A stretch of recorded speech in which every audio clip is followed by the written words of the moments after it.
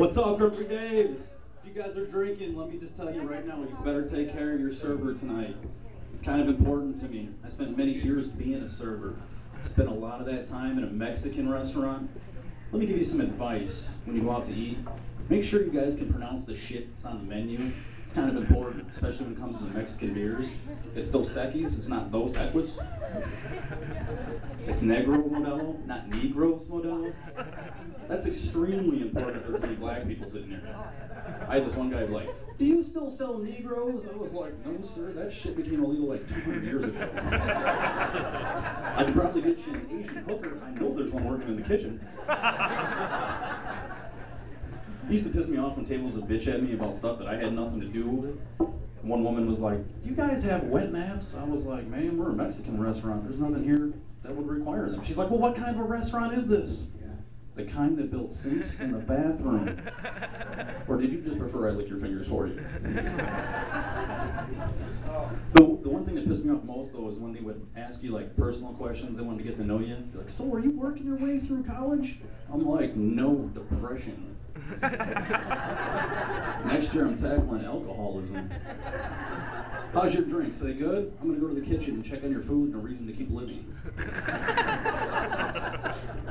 Speaking of things that piss me off, what is it with girls that play weird games when you go out to bars?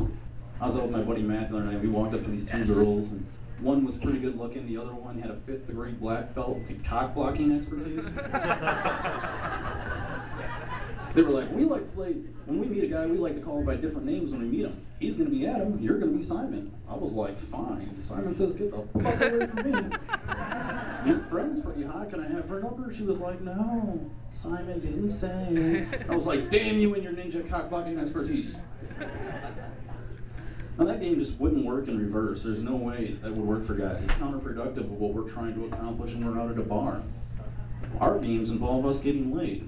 Ladies, here's some games that you'll see a guy play out at a bar. We'll pretend we're gentlemen. We'll act like we're interested in what you're saying. We may even tell you we're a doctor. Or my favorite, hey, does this drink taste like date rape to you? Speaking of non-consensual sex, I think it's about time I get a girlfriend.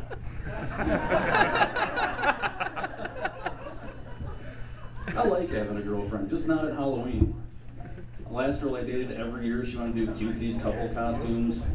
Like one year we went as Brad and Angelina, another year was Bert and Ernie.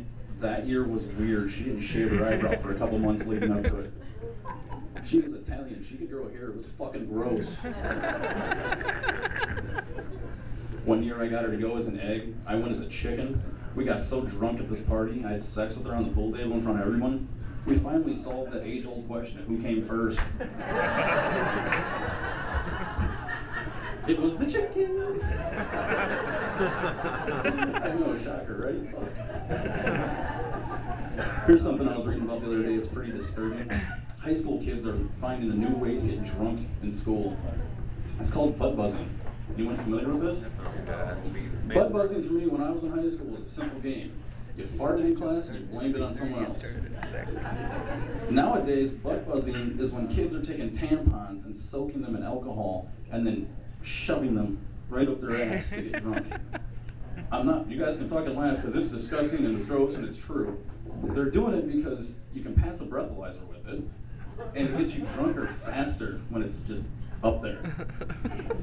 I just wonder how teachers caught on to this. Did they notice a sudden increase in guys who weren't embarrassed by their girlfriend's tampons? No, I'm guessing it was that one kid who couldn't handle his liquor, probably the varsity quarterback. Walked up to the teacher and was like, hey, can I go to the bathroom? I need to change my tampon. Normally they would have thought he was just being a smartass, but he asked the creepy gym teacher who finally had an excuse for a body search.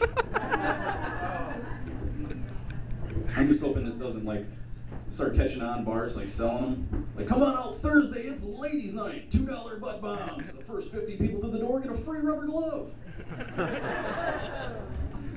I mean, I'm all for body shots, but fuck that. That is my no-no area. It just ain't gonna happen. Imagine you go out to the bar with your friends, hey, can I get 3 cherry butt bombs, please? No, with the applicator, the flushable kind, because we're going green. Put him on his tab. We're celebrating tonight. Eventually the cops are going to catch on to this and get pulled over, you're thinking you're going to pass the breathalyzer. He's like, sir, I'm going to need you to step out of the car. Fine. Drop your pants, sir. I'm going to need you to fart into this. My God, sir, you just farted 3 times the legal limit. Do I detect Mexican food? You guys are awesome, ladies and gentlemen. I'm Jake Dickey.